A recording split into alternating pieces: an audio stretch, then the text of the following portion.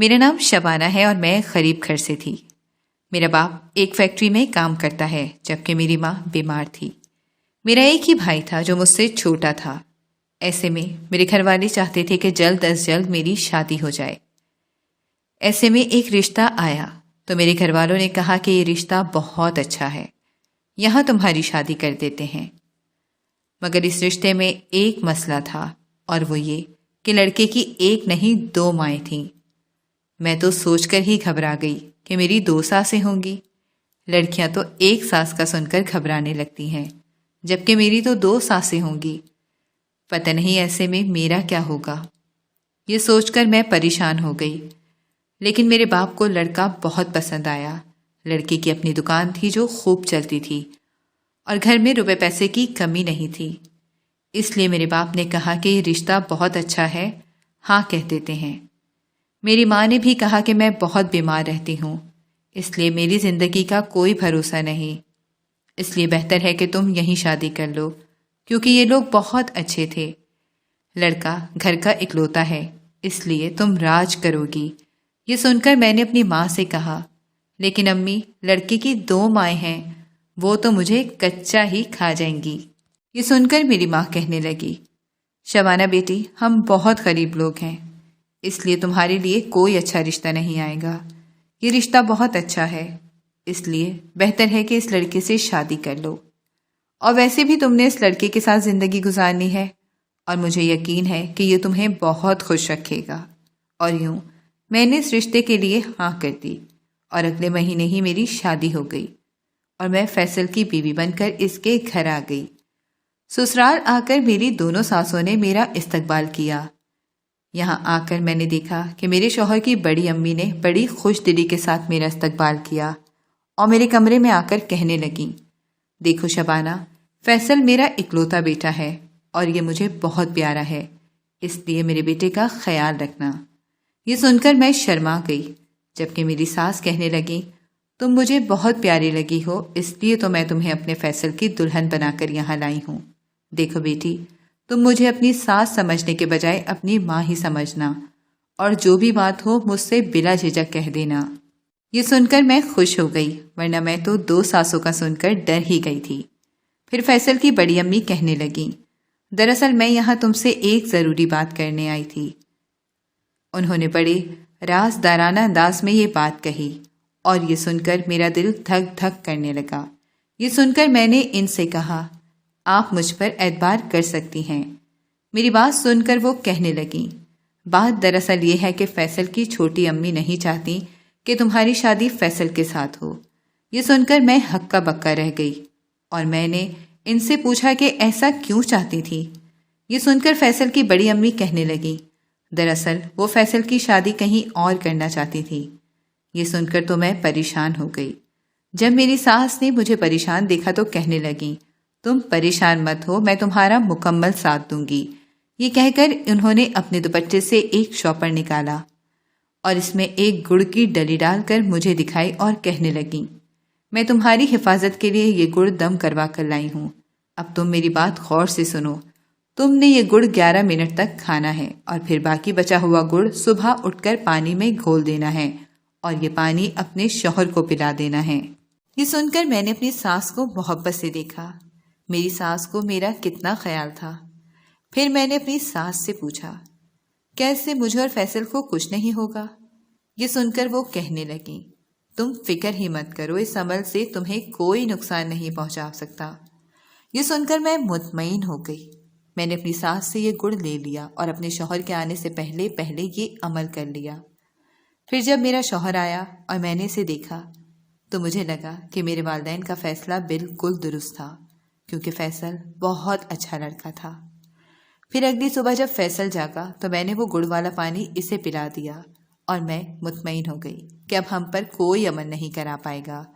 تھوڑی دیر بعد جب فیصل کی بڑی امی آئیں تو انہوں نے آتے ہی مجھ سے پوچھا کہ کیا تم نے وہ پانی فیصل کو پلا دیا تھا؟ یہ سن کر میں نے انہیں یقین دلایا کہ میں نے ان کی کہی بات پر عمل کر لیا تھا۔ یہ سن کر وہ خوش ہو گئیں اور مجھ سے کہنے لگیں، بس اب تم فیصل کی چھوٹی امی سے بچ کر رہنا۔ اس دن چھوٹی امی مجھے ناشتے کی میز پر ملی اور میں نے انہیں توجہ سے دیکھا۔ یہ تو شکل سے ہی بڑی کھڑوس لگتی تھی۔ میں انہیں دیکھ کر گھبرا گئی، لیکن فیصل کی بڑی امی میرے ساتھ تھیں، اس لیے مجھے کوئی فکر نہیں تھی۔ ویسے بھی فیصل بہت اچھا تھا اور وہ میرا بہت خیال رکھتا تھا۔ وہ شادی کے دوسرے دن ہی مجھے میرے گھر والوں سے ملوانے لے گیا اور اس نے مجھ سے کہا کہ میری دونوں مائیں میرے لیے بہت اہم ہیں اور میں ان دونوں سے بہت پیار کرتا ہوں، اس لیے تم بھی ان دونوں کو بہت عزت دینا اور ان دونوں کی ہر بات ماننا۔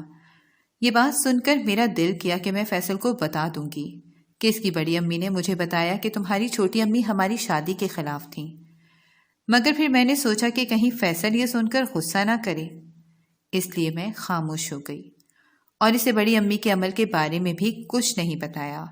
یوں اس رات ہم کھانا کھا کر آئے اور دیر سے گھر آنے کی وجہ سے ہم آتے ہی اپنے کمرے میں چلے گئے اور تھکن کی وجہ سے ہمیں نیند آ گئی۔ صبح میری آنکھ دیر سے کھلی اور میں نے دیکھا کہ فیصل کمرے میں نہیں تھا۔ میں جلدی سے اٹھی اور باتھ روم میں جھانکا، مگر وہاں بھی فیصل نہیں تھا اور میں فریش ہو کر کچن میں آ گئی۔ میں وہاں آئی تو میں نے دیکھا کہ چھوٹی امی ناشتہ بنا رہی تھی۔ میں بھی کرسی پر بیٹھ گئی، مگر کچھ دیر گزرنے کے بعد بھی بڑی امی مجھے دکھائی نہیں دیں، تو میں نے ان کے متعلق پوچھ لیا۔ میری بات سن کر چھوٹی امی کہنے لگیں وہ اپنے بھائی کے گھر گئی ہیں، کچھ دن بعد واپس آ جائیں گی۔ یہ سن کر میں مطمئن ہو گئی اور میں ناشتہ کرنے لگی۔ چھوٹی امی بھی میرے ساتھ بیٹھ کر ناشتہ کرنے لگیں۔ اچانک وہ مجھ سے کہنے لگیں، ہمارے خاندان میں رواج ہے کہ نئی نویلی دلہن شادی کے 3 دن بعد چلہ کاٹتی ہے، جس میں وہ 7 دن شوہر سے دور رہتی ہے۔ یہ سن کر تو میں گھبرا ہی گئی۔ شادی کی پہلی رات بڑی امی کا کہا مانا اور اب چھوٹی امی یہ کرنے کو کہہ رہی تھیں۔ میں تو دل ہی دل میں پریشان ہو گئی اور سوچنے لگی کہ اب انہیں کیا جواب دوں۔ تبھی اچانک مجھے اپنے شوہر کی بات یاد آ گئی۔ اس نے کہا تھا میری دونوں مائیں میرے لیے بہت اہم ہیں اور میں ان دونوں سے بہت پیار کرتا ہوں، اس لیے تم بھی ان دونوں کو بہت عزت دینا اور ان دونوں کی ہر بات ماننا۔ اس لیے میں نے چھوٹی امی سے کہا کہ میں ان کی بات ضرور مانوں گی۔ یہ سن کر وہ خاموشی سے ناشتہ کرنے لگی، جبکہ میں دل ہی دل میں سوچنے لگی کہ فیصل سے کیا کہوں گی، کیونکہ مجھے اس سے دور رہ کر دوسرے کمرے میں چلہ کاٹنا تھا۔ خیر، میں نے فیصل سے جھوٹ بول دیا کہ میری طبیعت کچھ ٹھیک نہیں ہے، اس لیے میں کچھ دن الگ کمرے میں سوں گی۔ یہ سن کر فیصل مان گیا، کیونکہ کچھ دن کی تو بات تھی، اور یوں میں الگ کمرے میں رہنے لگی۔ اس دن میری ساس میرے کمرے میں آئی اور کہنے لگیں، تم اس چلے کے بارے میں فیصل کو کچھ مت بتانا، اگر تم نے اسے بتا دیا تو فیصل تمہیں چھوڑ دے گا۔ یہ سن کر تو میں گھبرا گئی، کیونکہ میں فیصل سے بہت پیار کرنے لگی تھی، اس لیے میں نے ان کی بات مان لی۔ اس رات میں سخت سردی میں چھت پر گئی اور چلے کاٹنے لگی۔ پہلے دن تو میں بہت گھبرائی، کیونکہ یہ سردی کا موسم تھا، اندھیری رات تھی اور میں اس وقت چھت پر اکیلی تھی۔ مجھے تو یہاں آ کر رونا ہی آ گیا۔ ادھر میرا شوہر مزے سے بستر میں سویا ہوا تھا اور یہاں میں سخت سردی میں اس کے لیے چلہ کاٹ رہی تھی تاکہ ہمارا گھر بسا رہے۔ پھر وہ رات میں نے جیسے تیسے گزار لی اور جو ہی صبح ہوئی میں اپنے کمرے میں آ گئی، اور اس کے بعد مجھے کسی چیز کا ہوش نہیں تھا۔ میں شام تک سوتی رہی اور میری آنکھ نہ کھلی، لیکن جو ہی اندھیرا چھا گیا چھوٹی امی نے مجھے جگایا اور کہا کہ کھانا کھا لو، تم نے ابھی چھت پر جا کر چلے کا دوسرا دن مکمل کرنا ہے۔ یہ سن کر میرا دل کیا کہ میں یہ گھر چھوڑ کر چلی جاؤں، کیونکہ سخت سردی میں رات جاگنے کی وجہ سے میری طبیعت بہت خراب تھی۔ لیکن چھوٹی امی نے بڑے سخت لہجے میں کہا کہ اگر تم نے اس گھر کی بہو بننا ہے تو تمہیں چلہ 7 روز تک کاٹنا پڑے گا، ورنہ فیصل تمہیں طلاق دے دے گا۔ یہ سن کر میں ایسی گھبرائی کہ میں نے جھٹ پٹ کھانا کھایا اور چھت پر چلی گئی۔ اگرچہ اس وقت میری طبیعت بہت خراب تھی اور میرا دل گھبرا رہا تھا، اور پتہ نہیں کیوں میرے سر بھی سخت درد ہونے لگا تھا۔ شاید یہ سردی کی وجہ سے تھا، کیونکہ مجھے اس سردی میں ساری رات چھت پر بیٹھنا پڑتا تھا۔ لیکن میں کیا کرتی؟ میں اپنا گھر بچانے کے لیے یہ سب کر رہی تھی، کیونکہ اگر میں یہ سب نہیں کرتی تو میرا گھر اجڑ جاتا اور میرا شوہر مجھے طلاق دے دیتا۔ ابھی میری شادی کو دن ہی کتنے ہوئے تھے؟